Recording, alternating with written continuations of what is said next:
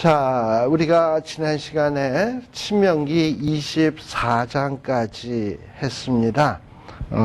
여기 이 신명기 24장까지, 특별히 12장에서부터 신명기 24장까지는 이스라엘 백성들이 가나안 땅에 들어갔을 때에 하나님이 주신 땅에서 너희들이 어떻게 살 것인가 하는 말씀을 주신 내용입니다.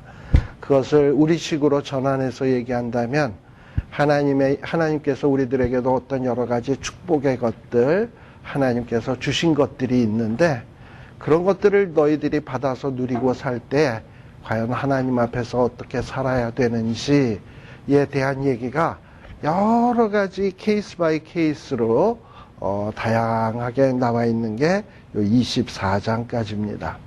자, 그런데 오늘은 25장에서 또 몇 가지 새로운 실예들이 좀 나오는데, 이 하나님의 백성, 하나님의 축복을 누리고 여러 가지 하나님의 은혜를 우리에게 주셨는데 그것을 누리고 사는 사람은 어찌 살아야 되는가 하는 거예요.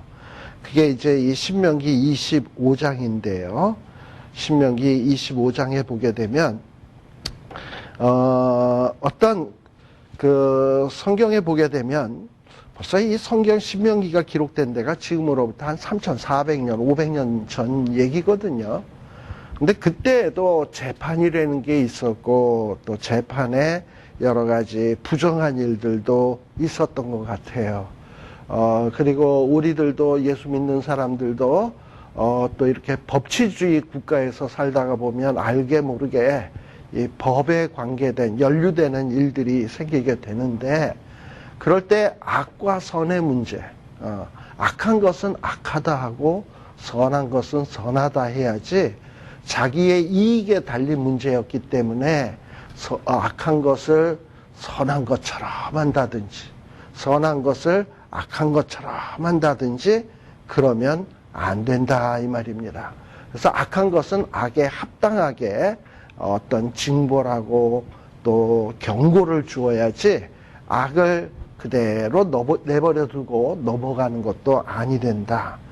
그래서 이스라엘 사람들은 특별히 이 악인에게 가하는 형벌이 있었어요. 그게 뭐냐면 요즘 시대에는 이런 법이 안 주어지는데 우리 옛날에 조선시대에도 보면 태장이라는 게 있었잖아. 볼기짝 딱 까놓고 십자가 같은데 쩍 엎드리게 해놓고 때리는 거 있잖아요. 근데 이스라엘 백성들은 이 태장이 뭐냐면 이런 채찍 같은 것으로 때려요. 근데 채찍으로 때리는데 이 태장이에요. 근데 이 때리는데 암만 악인이지만 악인이라고 뭐 그냥 함부로 그냥 죽을 때까지 때려도 되느냐? 안 된다. 40 이상은 절대 때려서는 안 된다.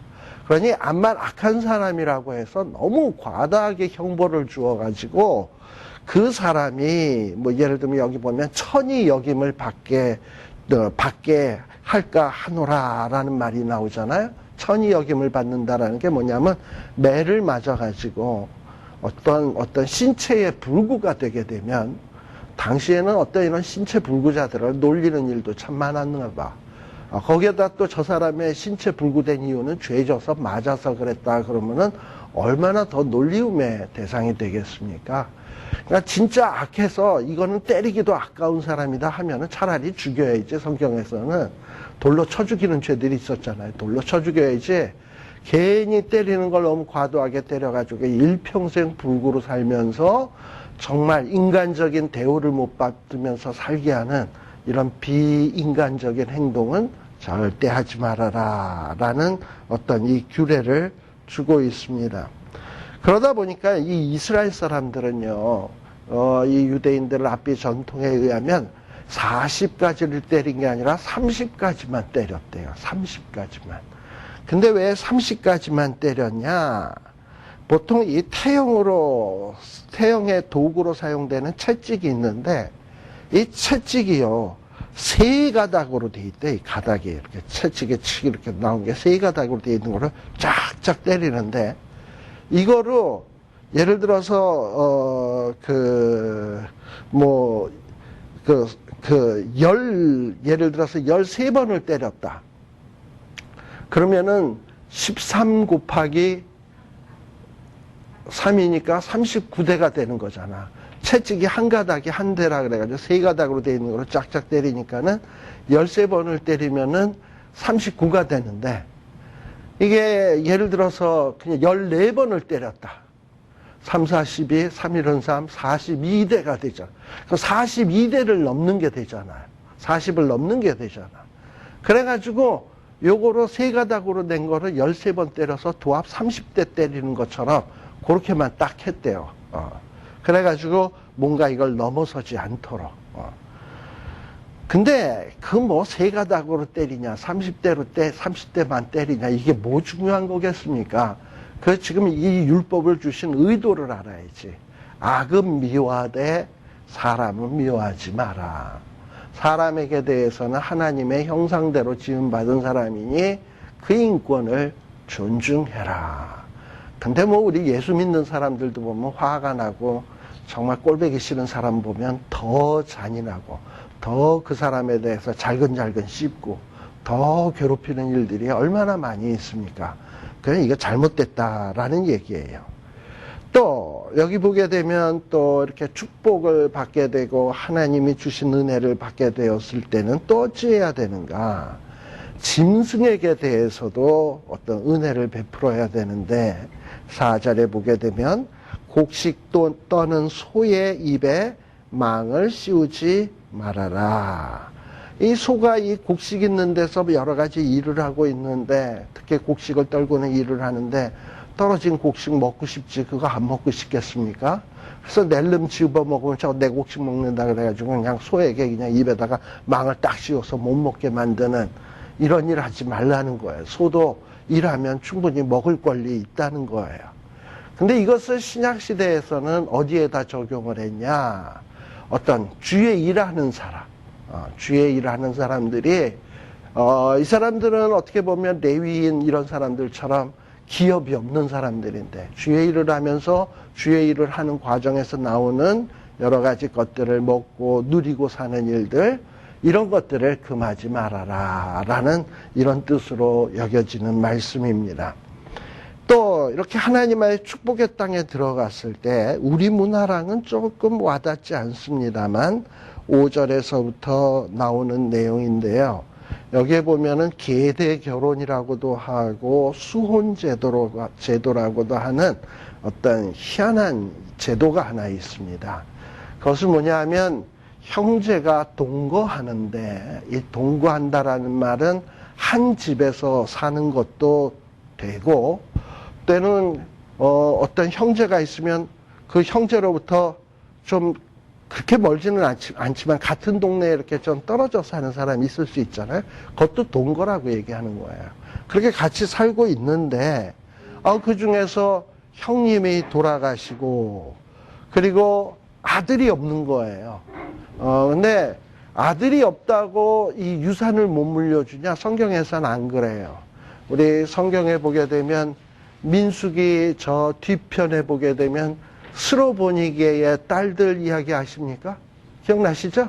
스로보니게의 딸들이 우리 집에는 아들이 없고 아버지는 돌아가셨고 그리고 우리 이 재산이 어떻게 됩니까? 우리 딸들에게도 유산을 주셔야 되는 것 아닙니까? 그랬더니 하나님이 줘라 라고 얘기했어요.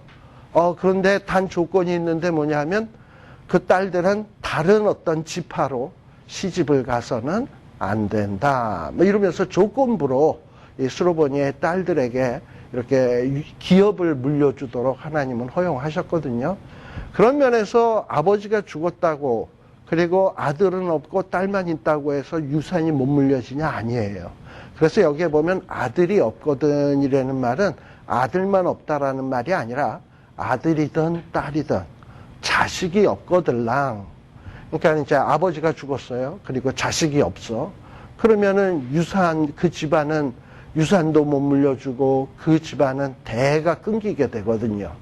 그런 경우에는 그 동생이 그 형이 죽었으니까 그 형수 되는 사람과 다시 결혼하듯 그렇게 해서 그 여자를 맞아들여 가지고 자식을 낳게 하고 그리고 그 자식을 통해서 다시 그 가문을 세우고 죽은 형의 가문을 세우고 그 자식을 통해서 유산이 물려지게 하라라는 것이 이게 하나님이 제정하신 요 신명기 25장에 나오는 어떤 이 규례가 되는 거예요. 참 우리가 생각을 하면, 우리 문화권에서 생각하면, 아유, 어떻게 시동생이 형수와 관계를 맺어 망측해라 라고 이러면서 우리 어떤 윤리의식이나 도덕의식이나 우리의 어떤 문화적 습성으로 보면 도저히 이거는 용납이 안 되는, 이것도 근친상간인데 이런 생각이 들잖아요. 근데 이게 근친상간에는 해당이 안 되는 것이, 형이 죽잖아요. 그러면 부부관계는 죽음으로써 끝나는 거야. 그럼 그 여자는 독립체가 되는 거예요. 근데 그 여자가 사실 형만 죽고 나면 사실 무슨 관계야? 그러니까 아무 관계가 아닌 거예요. 그렇잖아요. 그 밑에 그 시동생하고는. 그러니까는 성경에서 볼 때는 그거는 우리 시각으로 보면은, 시집 오면 이 사람 이렇게 생각하지만, 형이 죽는과 동시에 그 여자는 어떤 매였던 거에서 딱 풀려나는 거예요. 근데 그렇게 해서 그 여자와 더불어서 다시금 그 대가 이어지도록 하라라는 것이 하나님의 지침입니다. 왜 이런 지침을 주었는가 하는 데는 이유가 한 몇 가지 있어요. 첫 번째는, 우리가 예를 들어서 그 어떤 A라고 하는 형이 죽었어.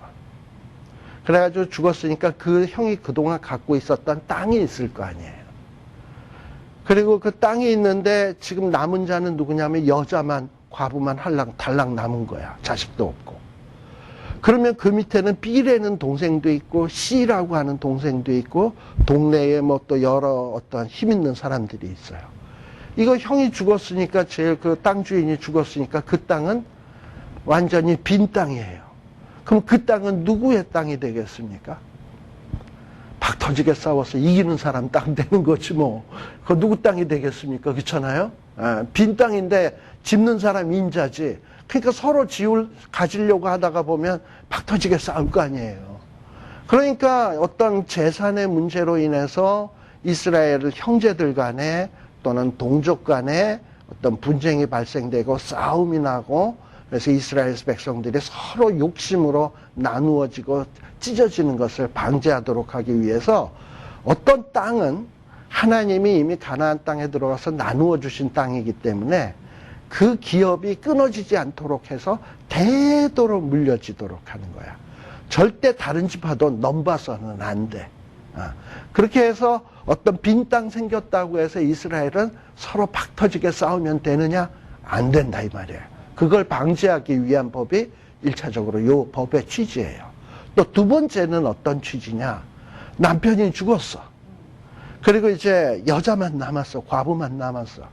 지금은 뭐 여자들도 그 인권이 많이 상승돼 가지고 여자 혼자서도 홀로 된 자가 충분히 먹고 살고 사는 일에 전혀 지장이 없지만, 옛날에는 남편이 죽었다 그러면 이 여자 홀로 남았을 때 보호받을 길이 없어요. 그리고 먹고 살 수 있는 짭이 많은 것도 아니야. 뭐 심지어는 동네 불량한 남자들이 건드려 가지고 몸을 더럽힌다 하더라도 뭐 그야말로 더럽혀질 수밖에 없는 사회적인 약자들이에요. 그런데 우리 하나님께서는 이 여자도 하나님의 형상으로 지음받은 존귀한 존재 아닙니까? 근데 남편 죽은 것도 서러운데 홀로 남아서 이 사람 저 사람에게 정말 괴롭힘을 당하고, 그리고 홀로 살 수도 없는 극심한 가난 속에서 시달리면서 살면 어떡해? 그래서 하나님께서는 그런 가련한 여인을 보호하기 위해서, 시동생이, 형이 죽었으면 시동생이 그 형수되는 사람을 보호해라. 그러니까 어떻게 보면 사회, 그 당시에는 사회 그 보장제도라든지 인권이라든지 이런 게 발전하지 않다 보니까 어떤 사회적인 약자들을 보호해줄 수단이 없었던 거예요. 그러니까 하나님은 이런 방법을 통해서라도 지켜주고 보호해주어라 라는 이런 뜻이 담겨져 있는 거예요. 네. 만약에 동생이, 시동생이 결혼을 했다. 혼자 결혼을 했어도 역시 마찬가지예요. 왜냐하면 그 당시에는 부인을 열어두기도 했잖아. 그래서 어쨌든 그 동생이 결혼을 했든 안 했든 그 형수를 책임지게 돼 있어요. 대신에 그 형수를 책임지고 또 그 형수를 통해서 자녀를 낳았다 칩시다. 자녀를 낳았으면 자기 자식으로 삼을 수가 없어, 그거는. 그 자식은 누구 자식으로 해야 되냐? 죽은 형의 이름으로 이어지게 해야 되고, 그 형이 갖고 있던 땅도 계속해서 그 형수랑 관계에서 낳은 아들을 형의 이름을 있게 하고 그 이름으로 땅이 이어지도록 해야지, 그 형수를 내가 맞아들였으니까 이건 내 땅이다, 이렇게 얘기할 수 없다는 얘기예요. 그래서 그 집안이 대대로 보존되도록 하고 그 재산이 대대로 보존되도록 해라라는 거예요. 그러니 이거는 무슨 형수와 그 다음에 뭐 시동생 간의 결혼의 어떤 이런 얘기를 하려는 게 아니라, 그만큼 하나님이 주신 땅은 소중해서 어떤 다툼이나 싸움의 대상이 될 수 없다. 하나님이 주신 것을 누가 막 빼앗고 이렇게 할 수가 없는 거예요. 그리고 또 하나님이 창조하신 형상으로 지음받은 인간은 설사 여자가 과부가 되고 가련하게 되었다 할지라도 그런 여인도 우리의 축복의 땅에 들어간 사람들이, 하나님의 은혜를 입은 사람들이 그런 자들을 보호하고 지켜주어야 된다라는 거예요. 그런 면에서 오늘날 교회가 뭡니까? 하나님의 은혜로 불러냄을 입은 자들의 모임이 교회잖아. 축복으로 불러냄을 받은 자들이고 하나님의 은혜 가운데 들어가게 된 자들이잖아요. 이런 자들이 해야 될 일들이 무엇인가 하는 게 아까 신명기 12장에서부터 지금 5장까지 계속 된다 그랬잖아요. 그 중에서 하나가 뭐냐면 이런 사회적인 약자, 그리고 어떤 하나님이 주신 것들을 보호하고 지켜주는 일, 이런 일들에 대해서 오늘날 은혜 입은 자들이 관심을 가져야 된다라는 것을 우리들이 생각해 볼 필요가 있습니다. 근데 이런 어떤 주신 제도들을 아주 엉뚱하게 이용한 인간이 있어. 엉뚱하게 이용한 인간 중에 하나가 누구냐면 창세기 38장에 보게 되면 다말 사건 때, 이 다말의 남편이 죽고 난 다음에 그 다음에 이 다말을 책임져야 될 인물이 누구냐면 오난이라고 하는 인물이었어요. 오난. 근데 이 오난이라는 것은 형수랑 어떤 관계만 딱 가지고 그 다음에 자식을 낳지 않게 하기 위해서 바깥에다가 사정을 해버리는 이런 짓거리를 했거든요. 그래가지고 뭔가 어떤 그 성적인 재미만 보고 자기가 감당해야 될 책임은 지지 않는 아주 이런 못된 행동을 했거든. 하나님이 죽이셨어요. 그냥 죽이셨어요, 그 자를. 그러니까 이렇게 하나님이 주신 제도를 자기의 어떤 즐거움의 도구로만 싹 삼고, 그리고 하나님의 주신 그 제도의 거룩한 취지나 뜻을 짓밟아 버리는 자는 하나님은 용서치 않는다 이 말입니다. 그런데 또 이렇게 하나님이 주신 제도를 아주 성실하게 책임감 있게 잘 감당한 사람이 있어요. 그게 누구냐면 룻기에 나오는 보아스라고 하는 사람. 근데 원래 이 보아스는요, 이 나오미의 가정의 그 며느리 된 룻, 남편이 죽었잖아요. 홀로 됐어요. 근데 뭐 그 책임 감당을 해줘야 되는데 이 보아스가 제 1순위냐, 0순위냐, 1순위냐? 아니야. 그보다 더 가까운 친척이 있었어요. 그런데 성경의 룻기에 보면 그 사람의 이름은 뭐라고 돼 있냐면 이름은 안 나오고 기업 물을 자로 나와요. 기업 물을, 더 가까운 근족, 기업 물을 자, 이런 식으로 나와요. 그러니까 기업 물을 자, 이 사람은 이름은 안 나오고 보아스는 주구장창 보아스 나오는데 이 사람은 기업 물을 자, 기업 물을 자, 기업 물을 자 이러고 나온단 말이죠. 어떤 의미가 있을까요? 기업을 물러야만 하는 사람임에도 불구하고 인간은 기업을 안 물러주었다. 책임 감당을 안 했다. 이 자는 마땅히 기업 물을 자인데 안 했다라는 것을 나타내요. 그 사람의 이름은 일고에 부를 가치도 없다. 그래서 이름을 얘기 안 하고 있는 거야. 아시겠죠? 기업 물을 자 그렇게 나와요. 그런데 반면에 보아스는 어떻게 하냐 하면은 가만 보면 그가 0순위도 아니고 1순위도 아니에요. 그 책임을 감당하는 데는. 근데 그 책임을 감당을 하려면 여러 가지 희생을 많이 감수를 해야 돼. 왜냐하면 뭐 다행히 형수가 이쁘다든지 섹시하다든지 매력이 넘친다면 이게 웬 떡이냐 뭐 이런 어떤 생각이 들 수도 있겠지만, 천하의 박색이라든지 완전히 몸집이 레슬링 선수 뭐 저리 가라의 어떤 스타일이라든지, 그러면 그거 뭐 한만 자기가 책임을 감당해야 되겠지만 그럴 마음이 생기겠어요? 안 생기지? 예.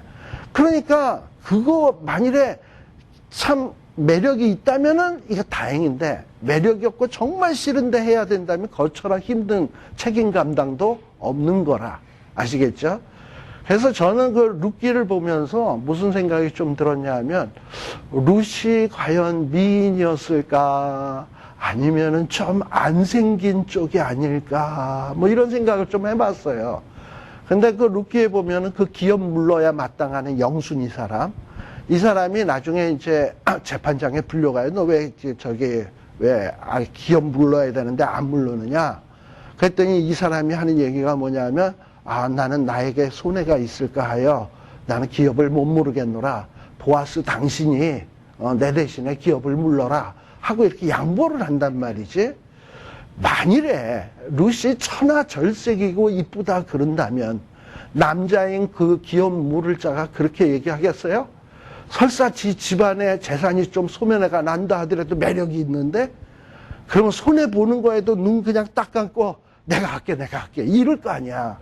근데 그랬는데 그러지 않은 걸 보면, 이 룻이 그렇게 미모가 뛰어나거나 아닌 것 같지 않나. 그러니까 그걸 노골적으로 나는 저 여자는 내 스타일이 아니야.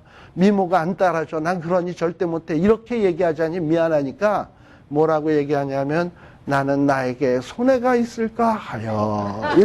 이렇게 얘기하지 않았을까? 만일에 그렇다면 이 보아스의 희생은 더 대단한 거예요. 왜냐하면 못생겼는데, 그거보다도 자기도 영순이도 아니고 일순이도 아닌데, 영순이가 안 하겠다는 것을 굳이 맡아서 그렇게 한다면 이거 얼마나 큰 희생이냐 이 말이죠.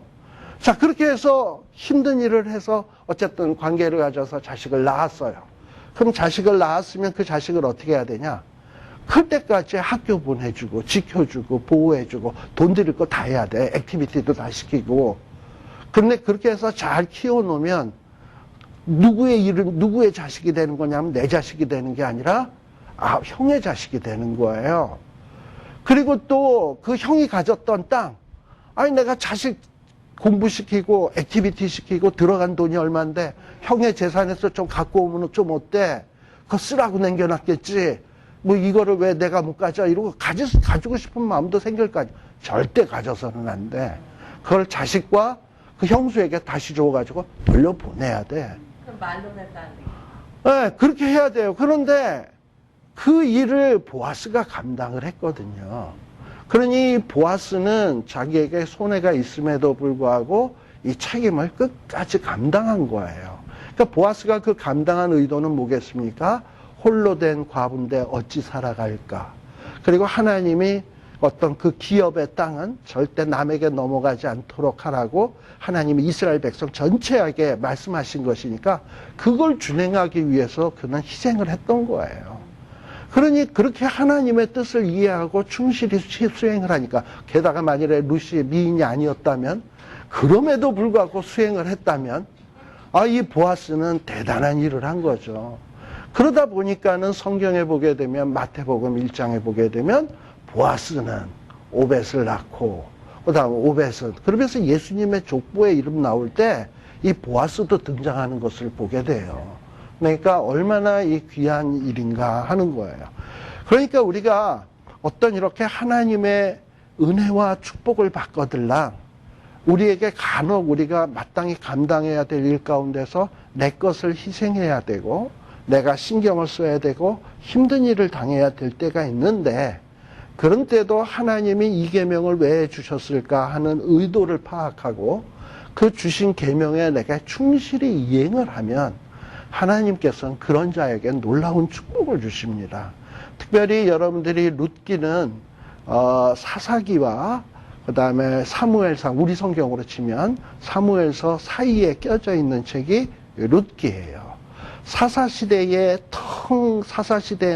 피폐하고 그야말로 사람들이 이기주의적이고 아무튼 사회가 이방 나라에 맨날 침략을 받아서 정말 힘든 사회였어요. 그랬던 사회가 사무엘서에 들어가면 다윗이 등장하잖아요. 다윗 시대는 이스라엘의 최고의 전성기가 되었습니다. 근데 이렇게 피폐했던 상태에서 이렇게 전성기로 바뀌게 된 이유가 무엇인가? 그 바뀌게 된 사이에는 이렇게 하나님의 명령에 충성하는 인간들이 있었어.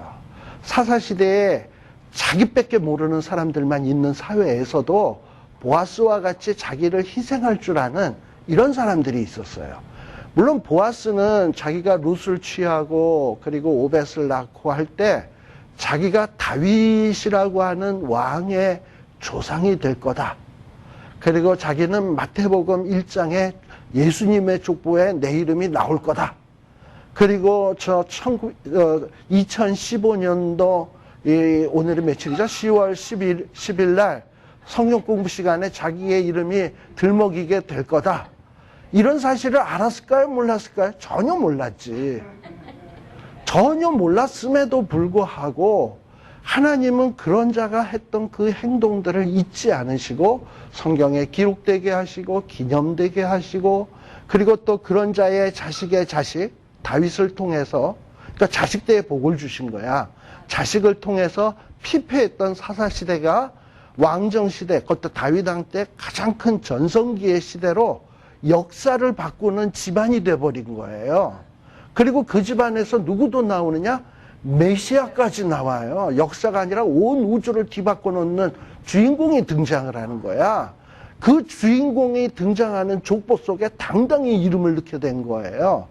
그러니 오늘날 우리들도 마찬가지인 거예요. 우리 시대에 살다 보면 내가 정말 주의 백성으로 은혜 입은 자인데 하나님의 축복에 주신 땅을 얻은 자인데 나는 어찌 살아야 될까 이렇게 생각을 하다가 하나님이 이거 해라 저거 해라 그러는데 주판을 띵겨보면 손해볼 일이 너무 많아. 신경 써야 될 일도 너무 피곤한 일도 많아. 그러나 하나님이 하라면 하는 거야. 그래서 하다 보면 하나님이 그 일을 축복하시고 그 일을 통해서 얼마나 놀라운 역사를 내 대가 아니라면 내 다음 때에 기억했다 하나님이 이자 쳐서까지 갚아주시는 하나님인 거예요. 우리가 믿는 믿음이라는 게 그런 거야. 그러니까 내가 이렇게 하나님 앞에 성실하면 나는 어떤 보상으로 올지 모르지만 하나님은 반드시 기억하신다. 우리 성경 히브리서에 이런 게 나오잖아. 하나님이 계신 것과 그리고 하나님을 찾는 자에게 상 주시는 이심을 믿어야 할지니라. 그러니까 하나님을 찾고요. 하나님의 계명대로 살려고 노력하고 그러는 자에게 하나님은 잊지 않으시고 상 주신다라는 것을 믿는 자. 이게 뭐냐면 하나님을 기쁘시게 하는 자인 거예요. 그러니까 뭐 성경이라는 게 대단히 어려운 것이 아니에요. 그런데 우리 아까 신명기 25장 9절 이하에 보게 되면 우리 아까 룻기 얘기했습니다만 룻기에서는 그 기업물을 자가 뭐라고 얘기하냐면 내가 앞만 봐도 이거 손해볼 것 같으니 난 그 기업 못 모르겠다. 그러면은요 이런 식으로 기업을 물러야 되는 자가 물르지 않으면 그 홀로 된 그 과부된 여자가 수하게 돼 있어.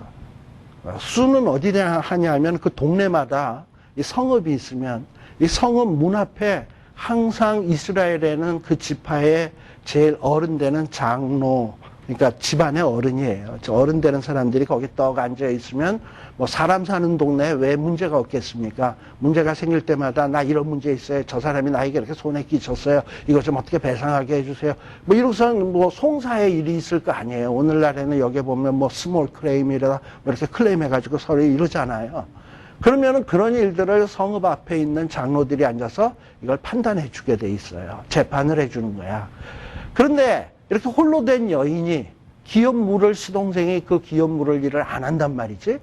그러면 그 성읍 장로에게 가서 저 인간이 이게 나를 책임져 주고 우리 집안을 세워줘야 되는데 그 책임을 감당 안 합니다 하고 수를 하게 돼 있어. 그러면 수를 하게 되면 그 성읍의 장로는 그 자를 불러다가 뭐라고 하냐면 네가 왜 이 기업을 물러줘야 되는지 이유를 다시 한번 설명해 주는 거지. 제가 아까 말씀드린 대로 하나님이 주신 땅으로 인해서 분쟁이 일어나지 않도록 하는 이건 귀한 제도다.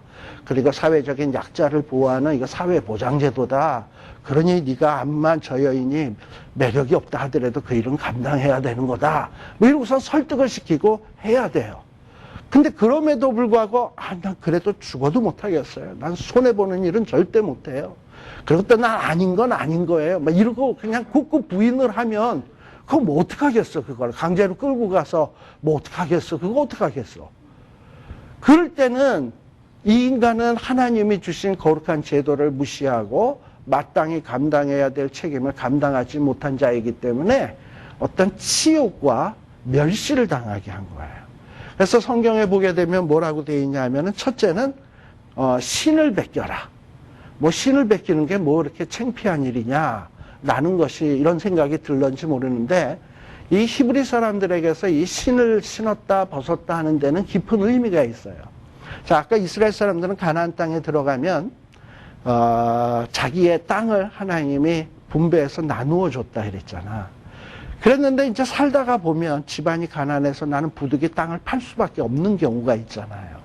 그럴 때는 땅을 남한테 양도를 할 거예요. 그리고 돈으로 받든지 곡식으로 받든지 할 거예요. 그리고 이 땅은 이제부터 당신 땅입니다 라고 할 때 어떻게 되냐. 내가 그동안에 이 땅에서 밟고 다녔던 신발을 벗어서 그 사람에게 주는 거야. 그러니까 이 신발은 뭐냐면 내가 이렇게 밟고 다닌 땅이니까 내 땅이다라고 맨날 도장 찍고 다니던 신발이야. 근데 그 도장을 저 사람에게 양도를 해주는 거야. 신을 벗어서 준다는 것은. 그러면서 신을 벗는 이유가 그런 이유가 있어요. 또 두 번째 신을 벗는 이유 중에 하나는 뭐냐면 당시에 포로나 또는 노예인 사람들은 신을 벗기우고 얘는 노예다, 얘는 포로다 라는 이 표식을 한단 말이지. 그러니까 신을 벗은 사람은 아주 천한 천민인 거야. 그래서 신을 벗기웠다라는 건 치욕스러운 일인 거예요. 그 다음에 또 하나, 치욕과 모욕을 주기 위해서 어찌하느냐. 면전에서 침을 뱉어라 라는 거예요. 근데 이 얘기는 면상에다 대고 카테 이렇게 뱉으라는 얘기가 아니고, 얼굴에다 뱉으라는 얘기가 아니고, 그 사람의 면전, 이 사람이 보고 있는데 에이 더러운 나 테테테테테 내가 너랑 다시는 노나봐라 이러고 해서 그 사람 앞에서 에이 테 이러는 거 있잖아. 모욕적인 행동을 하는 거. 이게 면전에서 침을 뱉는다라는 거예요. 그렇게 해서 아주 그 하나님의 책임을 감당하지 않는 그 형제의 집 세우는 일은 마땅히 하나님의 백성이라면 해야 될 일인데 그 일을 자기가 싫어하고 즐겨하지 않는다면 이 자는 하나님의 백성으로서 합당한 자가 아니다라는 것을 표현하기 위해서 신을 벗기우고 침을 뱉고 이러고서 하는 거예요. 그런데 이 룻기에 보면 그 기업 물을 자는 이런 창피를 당했거든. 근데 그럼에도 불구하고 이 자는 뭐냐면 나는 뭐 침 뱉어도 괜찮고 침 뱉겨도 괜찮고 나는 손해보면 안 돼 자우지가. 난 그건 당해도 잠이 오는데 손해보고서는 잠 못 안 와. 이러고서는 사는 인간이 누구냐 하면 기업 물을 자였던 거예요. 이해되시죠? 그래서 하나님의 백성은 어떻게 살아야 되는가? 하나님의 축복을 받았을 때, 하나님이 땅을 기업으로 주셨을 때, 여러 가지 은혜를 누리게 하셨을 때 우리는 어떻게 살 것인가? 자, 그렇다면 여기서 말하는 형제는 누구이겠습니까? 형제의 집 세우기를 즐겨하지 아니하는 자. 우리 교회 안에도 참으로 어려움을 당하고 망하기 일보 직전에 있는 사람들이 있단 말이죠. 그렇다면 오지랖 넓게 그런 사람 도와주려다 보면 시간 들여야 돼. 어떠면 돈도 들어가야 돼. 피곤도 해. 그래서 그 일 누가 하려고 그러겠습니까? 그러나 우리 하나님은 뭐냐면 우리 형제 자매가 연약해지고 어려워 있을 때 그에게 손을 내밀어서 그를 세워주고 그를 다시금 든든히 설 수 있도록 하는데 도움 주는 거.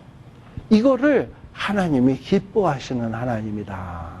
이것이 우리가 마땅히 해야 될 일들이다라는 이런 의식을 갖고 살아야 되는 거예요. 그리고 그런 의식이 있는데도 불구하고 그걸 아는데도 불구하고 안 하면 뭡니까? 선을 행할 줄 알고도 행치 아니하면 그것은 죄니라 라고 얘기했어요. 모르면 모르. 오늘 우리가 이 성경 공부를 안 했다면 모르겠는데 해서 아는 이상엔 이제는 여러분들이 그거를 알고도 행치 않으면 뭐니라? 죄니라 라고 얘기한 거예요. 참 무서운 거예요. 그래서 야 이거 성경 공부 못 나가겠다. 이거 집만 많아진다. 이러고서 생각할지 모르지만 그렇게 생각할 게 아니라 성경 말씀대로 했더니 대박 터진다. 이거를 알고 성경을 배워야 되는 거예요. 아시겠죠? 네. 자, 그 다음에 또 11절서부터 보게 되면 거기에 보면은 또 여기 또 자꾸 이렇게 성경에 보면 민망한 얘기들이 좀 종종 나와요. 좀 성경 공부 시간에 다루기 힘든 영화로 치면 레이트 R. 이거 R도 조금 등급이 좀 뛰어넘는 거, 뭐 이런 얘기들이 좀 많이 나와요. 자, 두 사람이, 아마도 이건 두 남자일 거예요. 두 남자가 막 서로 싸우고 있는데 어떤 한 남자가 막 얻어 터지는 거야. 근데 그 얻어 터지는 자의 부인이 보다 못해서 이걸 말려야 되는데 힘은 없고 이러니까 상대방 남자의 거시기를 그냥 확 잡아채버렸어.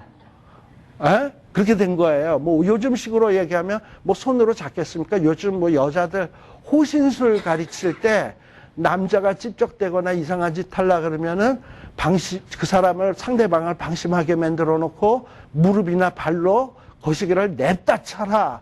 뭐 이런 거 아마 배우셨을 거라고. 그렇잖아요. 그게 방법이라고. 물론 어떤 사람은 그런 거 안 하고 그 자체에 얼굴이 무기인 사람도 있죠. 몸매가 무기고 그래서 뭐 남자가 안 달려드는 이런 스타일의 여자도 있긴 있습니다만 그러나 여기 보면은 자기 남편이 얻어 터지는데 뭔가 어떻게 하긴 해야 되잖아. 그러다 보니까 그 상대방 남자의 가장 취약한 급소를 어떻게 해야지만 이게 해결될 수 있는 일이지 이게 아니잖아요.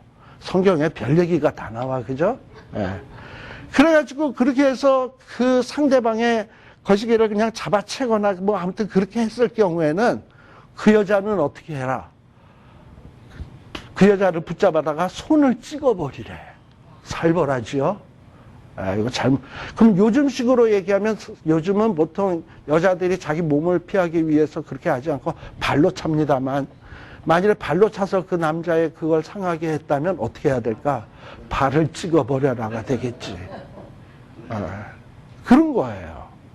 왜? 그리고 그렇게 해서 아니 그 여자는 자기 남편 살리기 위해서고 또 심지어는 자기 몸을 보호하기 위해서였는데 어떻게 그렇게 가혹한 형벌을 하고서 우리는 참 그 여인이 불쌍하다라고 생각할 수 있는데 성경에서는 뭐라 그러냐? 그 여인을 불쌍히 여기지 말아라. 가차없이 잘라버려라. 라고 얘기하고 있어요. 그것은 왜 그러는가? 첫 번째는 이것도 하나님의 귀한 뜻이 있어요. 하나님이 주시는 축복 가운데는 뭐가 축복이냐? 생육하고 성하고 땅에 충만해지는 것. 그러니까 어떤 하나님께서 주신 이 생식의 방법, 이것은 하나님이 주신 축복이에요. 근데 남자의 그것을 손상시켜버리면 그런 그 집안의 그 생육 번성 땅에 충만해지는 그 모든 것이 중단돼 버리는 거야. 하나님이 주시고자 하시는 그 축복의 수단들이 망쳐져 버리는 거야. 그러니까 그런 걸 생각을 하라 이 말이죠. 물론 내가 지금 보호받고 내가 지금 내 남편을 지키는 것도 중요하지만 상대방 집안에 하나님이 주시고자 하는 그 축복을 내 행동으로 인해서 그것이 모든 것이 차단되게 한다? 그것은 바람직한 일이 아니라는 거예요. 그러니까 항상 우리는 어떤 행동을 할 때 뭐냐면 내 이런 것만 생각할 게 아니라 하나님이 이것을 어떻게 생각하실까? 이런 생각을 항상 갖는 것이 필요해요.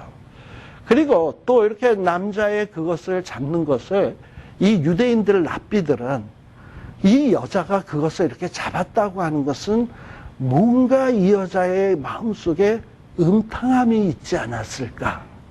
글쎄, 그거는 조금 전도 동의하긴 힘든데 급하다 보니 잡았지. 그거 뭐 음탕한 생각으로 잡았겠어요. 그러니까 그런 식으로 생각을 해가지고 그 여인의 팔을 잘라야 된다고도 이야기를 해요. 아무튼 여하튼 우리가 이렇게 어떤 남자의 어떤 치명적인 어떤 타격을 가해서 그 남자에게 어떤 치명적인 그 결과가 초래될 수 있도록 하는 일은 피해야 된다라는 거예요. 암만 급하고 힘이 든다 하더라도. 그래서 성경에서 우리 율법을 잘 우리에게 요약해 주신 예수님의 주석, 이것을 마음에다 두면 돼. 내 이웃을 내 몸처럼. 만일에 내 몸이라면 그렇게 했겠어? 발로 걷어차고 잡아채고 이랬겠어? 안 그러잖아. 그렇잖아요. 왜냐하면 내 몸은 아끼잖아.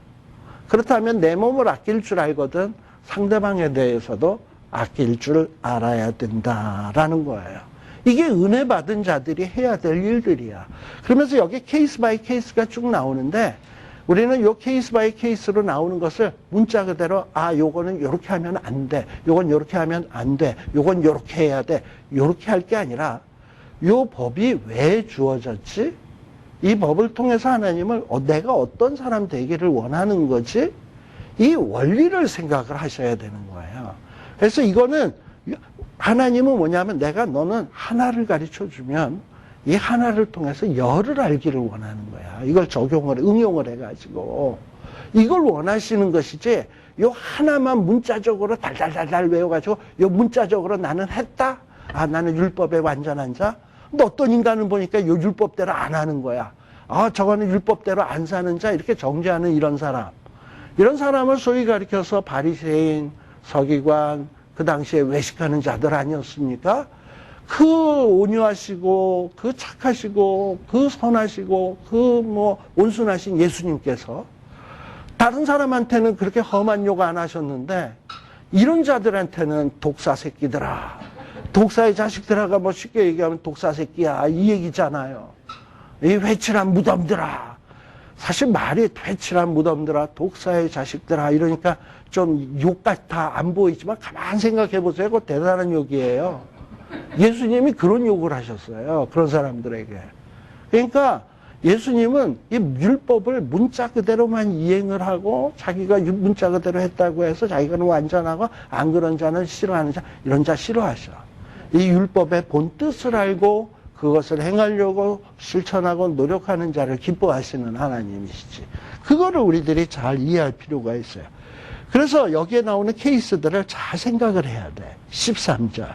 13절에 보면 주머니에다가 뭘 넣지 마라? 저울추.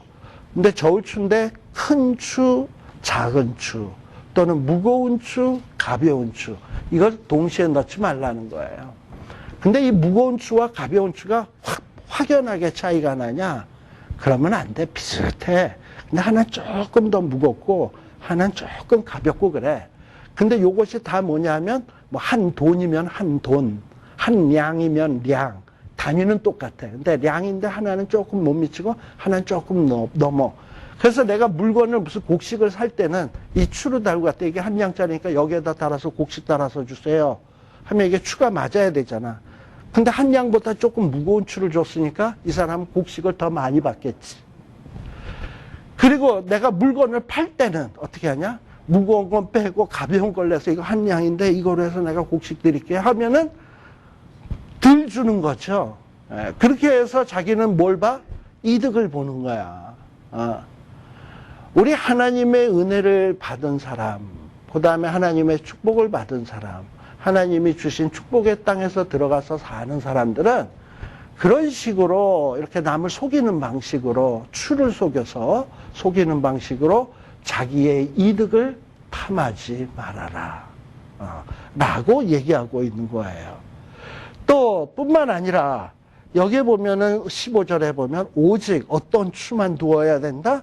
10분 공정한 저울추를 두며 10분 공정한 되를 둘 것이다. 그리하면 내 하나님 여호와께서 내게 주시는 땅에서 내 날이 장구하리라. 우리는 수단 방법 가리지 아니하고 이득을 취하면 그 자는 부자가 되고 대대손손 장구할 거라고 생각하지요.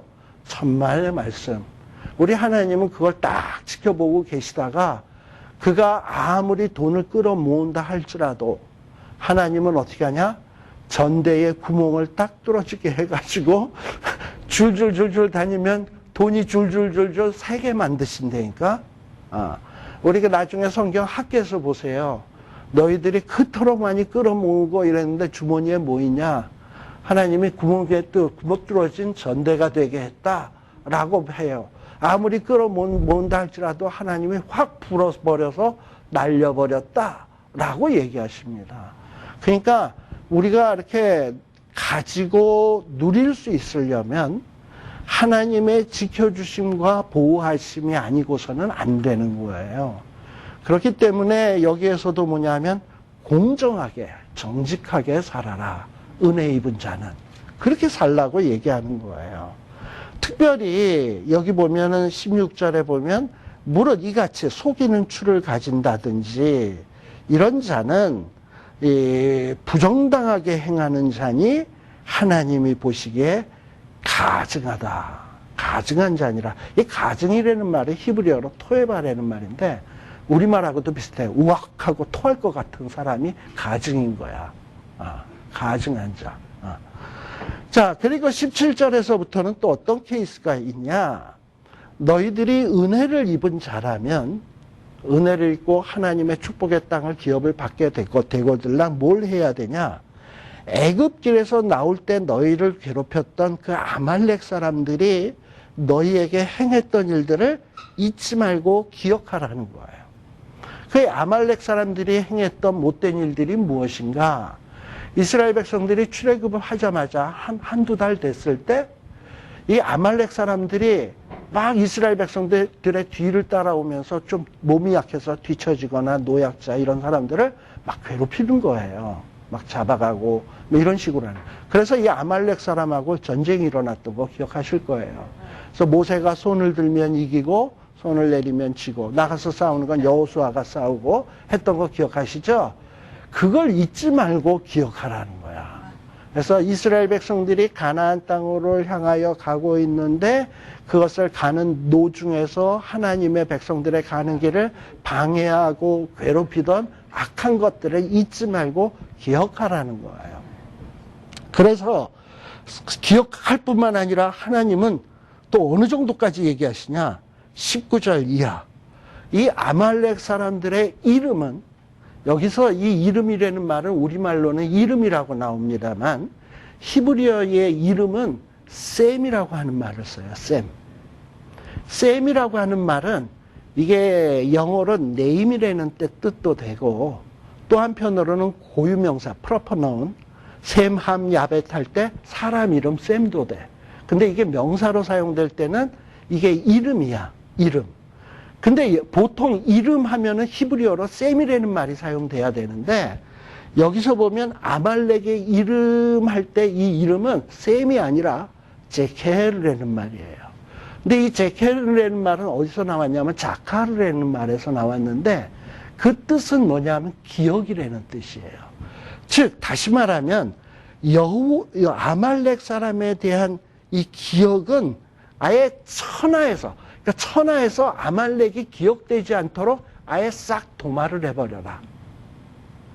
그러니까 하나님께서는 하나님의 백성들이 하나님의 축복의 땅으로 가려고 할 때 그것을 괴롭히고 방해하고 그리고 회방 놓는 자들을 하나님이 얼마나 싫어하시고 미워하시는지 아시겠죠.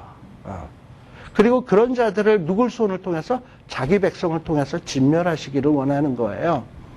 그런데 이 명령이 언제 주어진 거냐? 뭐냐면 너희들이 가나안 땅에 들어가거들랑 축복의 땅에 들어가서 그 땅을 다 얻은 다음에 그 다음에 이 아말렉 사람을 기억하라는 거예요. 하나님이 진멸하라고 하는 민족은 여러 민족이 있어요. 특별히 요단 서편에 요단강 건너서 들어가면은 그 가나안 땅에 가나안 7족속이 있어요. 여부수 족속, 헷 족속, 뭐 여러 가지 기르가스 족속 있잖아요. 7족속. 이 족속들은 가차없이 다 전멸하라고 그랬어. 근데 말 이상하다. 이 자식들도 전멸은 해야 되지만 하나님은 누구도 전멸을 해라? 아말렉도 전멸을 해라. 근데 순서는 누가 먼저다? 가나안 사람들이 먼저인 거야. 왜 그러느냐? 하나님이 이스라엘 백성들에게 먼저 주시고자 하는 것은 뭐냐면 가나안 땅이야. 그 다음에 가나안 땅을 점령하고 그 땅을 얻은 뒤에는 어떻게 해라? 그 다음에는 잊지 말고 하나님의 백성들을 괴롭혔던 것들에 대해서도 너희들이 처리해야 된다라는 거예요.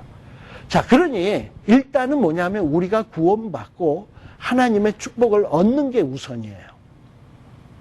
그리고 난 다음에 그 축복을 얻고 그 은혜를 얻고 난 다음에 잊지 말아야 될 것이 있는데, 하나님의 백성들을 망하게 하고 회방 놓고 못된 짓 하는 사탄의 세력, 악의 세력, 이런 것들을 방치해두고 내버려두지 말라는 거예요.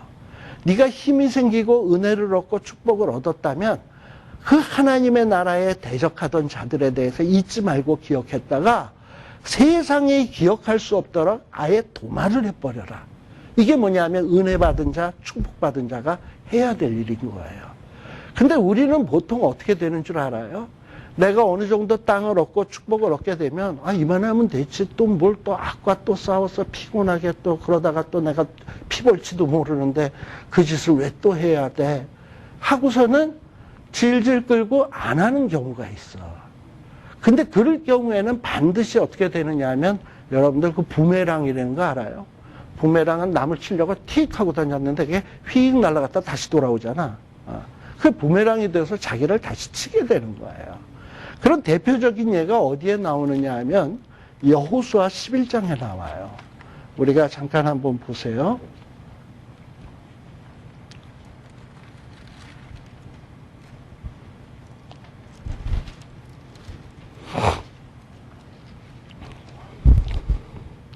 여호수아 11장에 보면 그 16절서부터 보게 되면 이 여호수아랑 이스라엘 백성들이 그 가나안 땅의 모든 땅들을 다 취했어요. 다 취하고 다 점령을 하고 그랬는데, 그런데 22절에 보게 되면, 그래서 이스라엘 자손의 땅 안에는 아낙 사람이 하나도 남음이 없어요. 진멸해야 될 아낙 사람들 하나도 남김없이 다 죽였는데, 어디에 남겼다?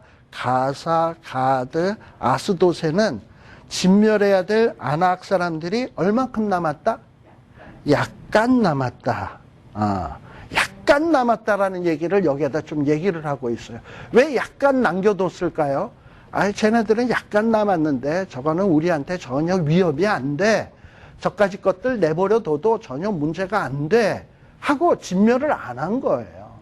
그런데 이 가사에 남은 아낙 사람들, 가사, 가드, 아스돗이라 그랬잖아요. 가사에 남은 아낙 사람들 가운데서 누가 나오냐? 여러분들 삼손과 드릴라 때에 드릴라가 어디 여자냐면 가사 여인이냐, 가사의 블레셋 여인이냐. 만일에 여호수아 때 가사에 있는 이 아낙 사람 블레셋 자손들을 싹 쓸어버렸다면 드릴라는 있다 없다? 없다. 그럼 삼손이 머리 잘릴 일 있다 없다? 없다. 그런데 약간 남겨두었더니 그때 블레셋 사람들이 얼마나 삼손 시대의 사람들을 괴롭혔습니까? 그러니까 삼손이 고분분투하고 싸운 거잖아. 그때 싹 쓸어버렸으면 그런 일도 없는데.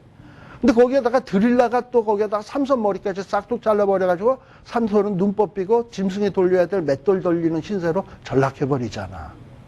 이런 일이 생길 줄 누가 알았냔 말이지. 그 다음에 여기 또 누가 나와요? 가사, 가드가 나오잖아. 가드의 이 아낙 사람 가운데서 세월이 지난 다음에 무시무시한 사람이 나오거든요. 그게 누군지 알아요? 골리앗이에요. 그래서 골리앗을 보게 되면 항상 가드 사람 골리앗이라고 나와요. 만일에 블레셋의 이 아낙 사람들을 싹 다 죽여버렸다면 골리앗은 있다 없다? 없다. 그리고 다윗 시대 때 이 골리앗을 통해서 이스라엘 백성들이 모욕당할 일도 없었어요. 근데 이거 약간 남겨두었기 때문에 생긴 일이야. 또 하나 또 나오지, 아스돗. 아스돗은 뭘까? 이 아스돗은 어떤 것이냐 하면, 나중에 여러분들 사무엘서에 들어가면 사무엘의 두 아들이 전쟁이 났을 때 전쟁을 나갔는데 전쟁에 패하니까 그 언약궤 들고 나가서 이거 들고 나가면 싸워 이기지 않을까 해서 들고 나가요. 그런데 이겼다, 졌다? 졌다. 그리고 언약궤는 어떻게 됐다? 뺏겼다. 그래서 언약궤를 블레셋 사람들이 어디로 가지고 갔다? 자기네들 신전으로 갖고 갔어. 그 신전이 있던 장소가 어디냐면 아스돗이에요. 다곤 신전 있었던 장소가 아스돗입니다. 만일에 아스돗에 블레셋 사람들을 싹 다 쓸어버렸다면 아스돗에 다곤 신전이 있다 없다? 없다. 그러니까 이렇게 약간 남겨놓은 것이 나중에 세월이 지나면 마치 조금의 누룩이 시간이 지나면 막 퍼져서 온 그 곡식가루를 다 변화시키듯이 약간 남은 것이 시간이 지나면 그 온전했던 것들을 다 망가뜨리는 세력으로 이렇게 번창할 수가 있는 거예요. 그러니까 우리가 성경에서는 뭐냐면 너희들이 은혜를 입고 축복을 얻고 살만해지게 되었을 때 하나님이 경고한 걸 잊지 말라는 거야. 너희들을 괴롭히고 너희들을 방해하고 천국길을 가는 길을 방해했던 악의 세력들, 이것들에 대해서는 천하에 기억이 날 수 없도록 도말을 시켜야 된다 라는 것을 기억해야 돼요. 그래서 우리들이 은혜를 입고서도 늘 잊지 말아야 될 것은 하나님, 이 땅 위에 악의 세력이 도말될 수 있도록 우리에게 힘을 주소서. 그리고 이 악의 세력이 사라지게 하시고 하나님의 나라가 하늘에서 거룩히 여김을 받으신 것처럼 이 땅에서도 거룩히 여김을 받기를 원합니다. 그다음 나라가 이 땅에 임하여지기를 원합니다. 이걸 소원 두고 살아야지 축복 얻고 은혜 얻었다고 해서 나 잘 먹고 호호헤헤 하면서 자식들과 와이프와 쎄쎄쎄 하면서 이러고 사는 것이 행복이 아닌 거예요. 물론 그거 하나님의 축복 맞는데 그 축복을 누리면서도 잊지 말아야 될 것들이 있다는 걸 알아야 돼.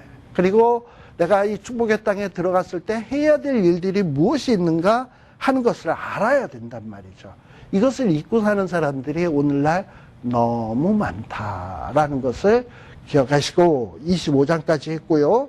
그리고 지금 26장도 이제 해야 되는데 그건 잠시 쉬었다 가겠습니다.